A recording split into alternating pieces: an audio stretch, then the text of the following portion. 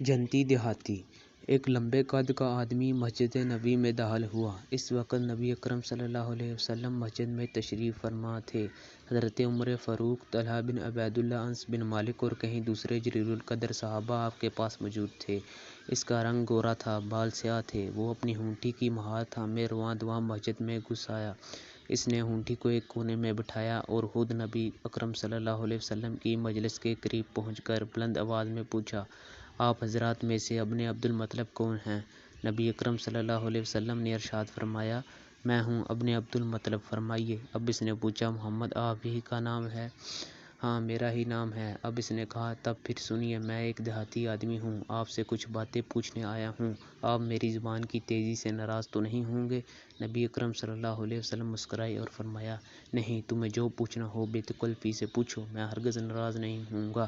اب اس نے کہا، اے محمد، آپ کا قاصد ہمارے قبیلے میں آیا تھا۔ اس نے ہمیں بتایا کہ اللہ تعالیٰ نے آپ کو اپنا رسول مبعوث فرمایا ہے۔ نبی اکرم صلی اللہ علیہ وسلم نے ارشاد فرمایا، ہاں، اس نے سچ کہا۔ آسمان کس نے بنایا؟ اس نے پوچھا۔ جواب میں نبی اکرم صلی اللہ علیہ وسلم نے ارشاد فرمایا، اللہ نے۔ زمین کس نے بنائی؟ اس نے دوسرا سوال کیا۔ جواب میں رسول اللہ صلی اللہ علیہ وسلم نے ارشاد فرمایا، اللہ نے۔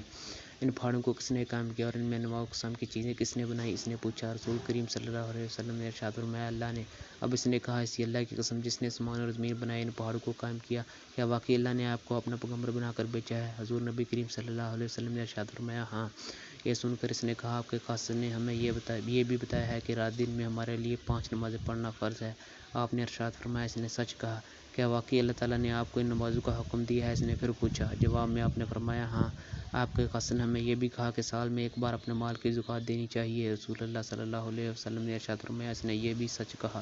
اور کیا اس کا بھی آپ کو اللہ نے حکم دیا ہے؟ ہاں۔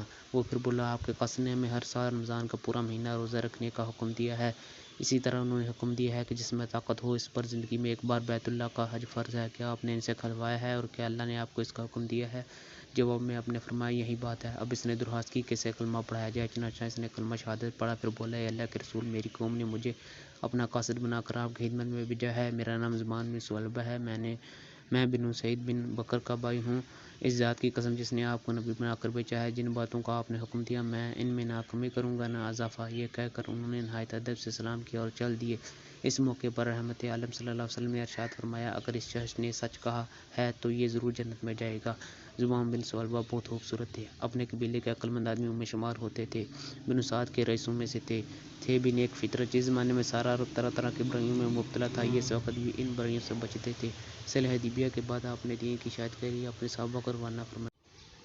آپ نے یہ مبلغ بنو سعد میں بھی بھیجے اور انہیں اسلام کی دعوت دی۔ قبیلے کے لوگوں نے اس سلسلے میں براہ راست بات کرنے کا پروگرام بنایا، چنانچہ اس مقصد کے لیے حضرت زمان بن ثعلبہ کو بھیجا گیا اور آپ کی خدمت میں پہنچ کر انہوں نے یہ سوالات کیے۔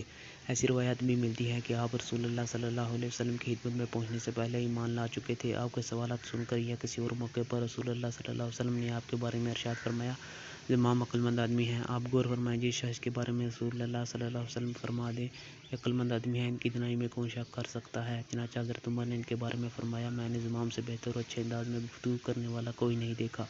حضرت زمان نبی اکرم صلی اللہ علیہ وسلم سے رخصت ہو کر اپنے قبیلے میں پہنچے تو سب لوگ ان کے گرد جمع ہو گئے، پوچھنے لگے، کہیے مدینے میں کیا دیکھا؟ رسول اللہ صلی اللہ علیہ وسلم نے سے کیا بات چیت ہوئی؟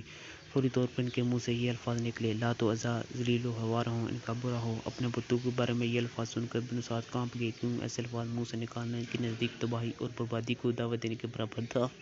وہ چلا اٹھے، زمام اپنی زبان کو روکو، لات و عزا کی توہین کہیں تمہیں جزام برس یا دماغی خلل میں نہ مبتلا کر دیں، فوراً توبہ کرو ورنہ تمہارے ساتھ ہم بھی تباہ ہوں گے۔ زمام تو کلمہ پڑھ چکے تھے، نبی صلی اللہ علیہ وسلم سے ملاقات کر آئے تھے، ان پر توحید کا نشہ سوار ہو چکا تھا۔ فوراً بولے، اے میری قوم، کان کھول کر سن لو، لات اور عزا صرف پتھر ہے، نہ کسی کو نفع پہنچا سکتے ہیں نہ نقصان۔ افسوس ہے تم پر، ان پتھروں کو معبود بنا لیا۔ عبادت کے لائق صرف ایک اللہ کی ذات ہے، اس نے محمد صلی اللہ علیہ وسلم کو اپنا سچا رسول بنا کر بھیجا، ان پر اپنی کتاب نازل کی، وہ کتاب ہدایت اور بھلائی کا چشمہ ہے، اس کتاب پر عمل کر کے تم ظلمت اور گمراہی کی اس دلدل سے نکل آؤ گے۔